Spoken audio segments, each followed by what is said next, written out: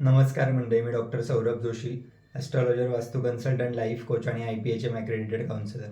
मित्रांनो, आजचा आपला विषय आहे की ॲस्ट्रॉलॉजी आणि वास्तू कन्सल्टेशन या एकाच नाण्याच्या दोन बाजू आहेत मित्रांनो. त्याच्यामुळे तुम्ही कुठलंही ॲस्ट्रॉलॉजिकल गोष्टींचं सोल्युशन तुम्हाला हवं असेल, तेव्हा तो जो समोरचा व्यक्ती तो वास्तू कन्सल्टंट पण हवा, आणि जर तुम्हाला वास्तू कन्सल्टेशन हवं असेल तर समोरच्या व्यक्तीला ॲस्ट्रॉलॉजी ही माहिती हवं.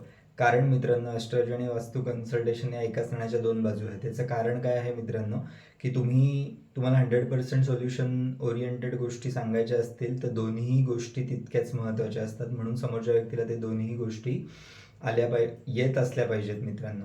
याच्याबद्दलच थोडंसं मला एक पुढे जाऊन सांगायचं आहे. ते म्हणजे तुम्ही जेव्हा ॲस्ट्रॉलॉजिकल प्रेडिक्शन देता, वेगवेगळे उपाय सांगताना मित्रांनो, आणि जर त्याच्यामध्ये तुम्ही कुठंतरी थांबलात, तुम्ही कुठेतरी वास्तू रिलेटेड गोष्टी कन्सिडर नाही ना केल्यात, तर अंदाज चुकायची, रेमेडी लागू न पडायची शक्यता जास्त असते. तेच मित्रांनो वास्तू कन्सल्टेशनच्या बाबतीत लागू होतं, की तुम्ही वास्तू कन्सल्टेशन केलंय पण तुम्हाला ॲस्ट्रॉलॉजिकल बर्थ चार्ट माहिती नाही समोरच्या व्यक्तीचा, तर त्याची आत्ता कुठली महादशा किंवा अंतर्दशा चालू आहे हे माहिती नाही आहे, किंवा वेगवेगळे अजून ॲस्पेक्ट पत्रिकेचे माहिती नाही आहेत ना, तर त्या गोष्टींचं त्या वास्तू कन्सल्टेशनची परिणामकारकता तेवढी येणं शक्य नसतं मित्रांनो. म्हणून या दोन्हीही गोष्टी त्या व्यक्तीला माहिती पाहिजे. म्हणजेच ॲस्ट्रॉलॉजर चांगला वास्तू कन्सल्टंट हवा आणि वास्तू कन्सल्टंट चांगला ॲस्ट्रॉलॉजर हवा.